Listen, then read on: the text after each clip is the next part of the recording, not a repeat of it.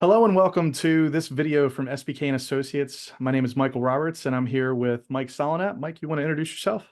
Sure. Mike Solinap, District Manager for Cloud Infrastructure Practice here at SPK. Been here for about 17 years, and we do a lot of Google Workspace managed services. Thanks, Mike. And today's topic is tips for a secure and compliant Google Workspace environment.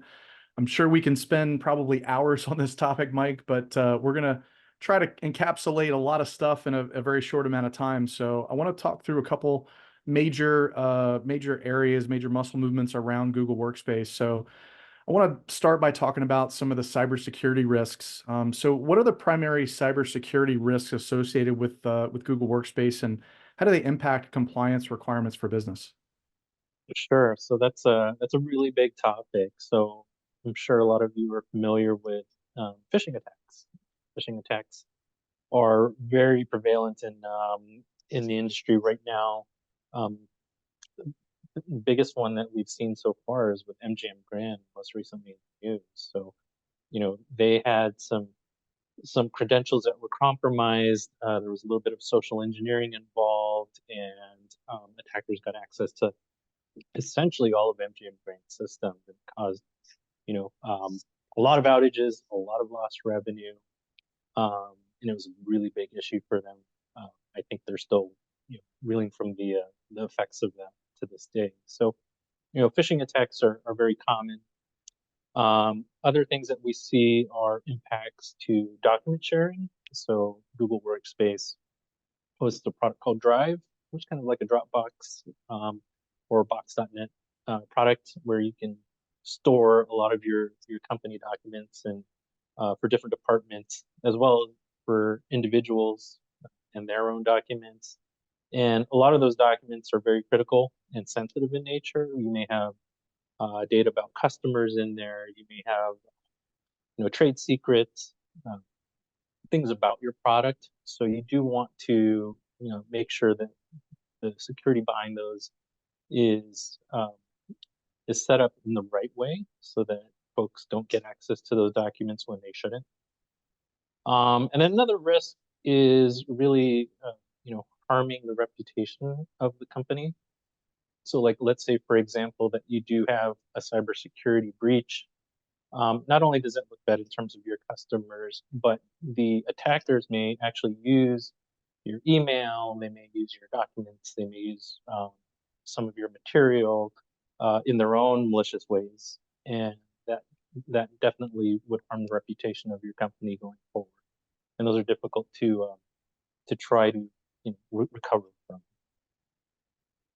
You're making me scared, Mike, the more that we talk about this. And I don't know that the next question here is going to make me feel even better. So, how do organizations ensure that their Google Workspace aligns with industry compliance standards like GDPR and HIPAA and the other relevant certifications in their sector? Yeah, so the reason that a lot of folks move to Google Workspace compared to other collaborative solutions is that they've done a lot of the legwork and it really makes things really easy. They in terms of HIPAA, for example, some of the requirements are that data is encrypted at rest as well as in transit, and Google provides that with Drive as well as with email. With GDPR, you have data housing requirements. For example, data must be housed within the physical, European Union, for example, in data centers over there, and Google can easily help you do that. So they do a lot of the legwork, as I mentioned, but there is still a lot of responsibility that companies really have to bear and meet. Um, and part of that, for example, is defining good onboarding and offboarding practices. That's going to be really key in terms of ensuring um, that you adhere to some of these compliance standards. I So can, I can attest, we do talk to yeah, clients a lot about the onboarding and offboarding because that seems to be a very easily attackable location. yep, exactly. If you have employees that are disgruntled, that's one of the biggest threats to organizations. So in offboarding employees an efficient and consistent way is really important. Another thing is Drive permissions. So Google Drive, allows you to share documents. It also allows you to keep documents private. So a lot of what SPK does is, providing some advice and consulting around structure of Google Drive, making sure that those permissions are uh, as least permissive as possible.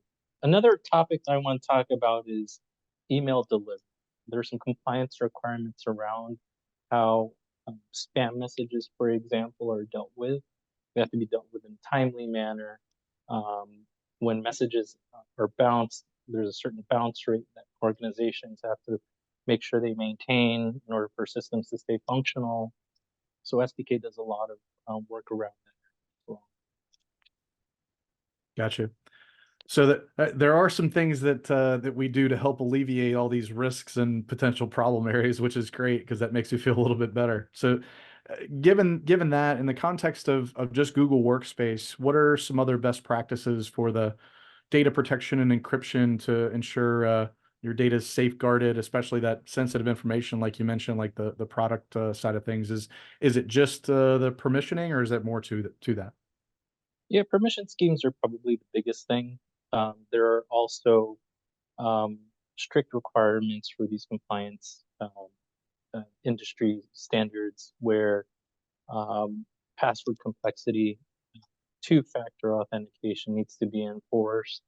There are also some other things that a lot of companies are not doing in terms of cybersecurity training, and that also includes phishing testing. So there are a lot of companies that can help engage third parties to um, pose as external entities that send emails in to test your employees, wherewithal for clicking on, links that they shouldn't click on or downloading of attachments they shouldn't be.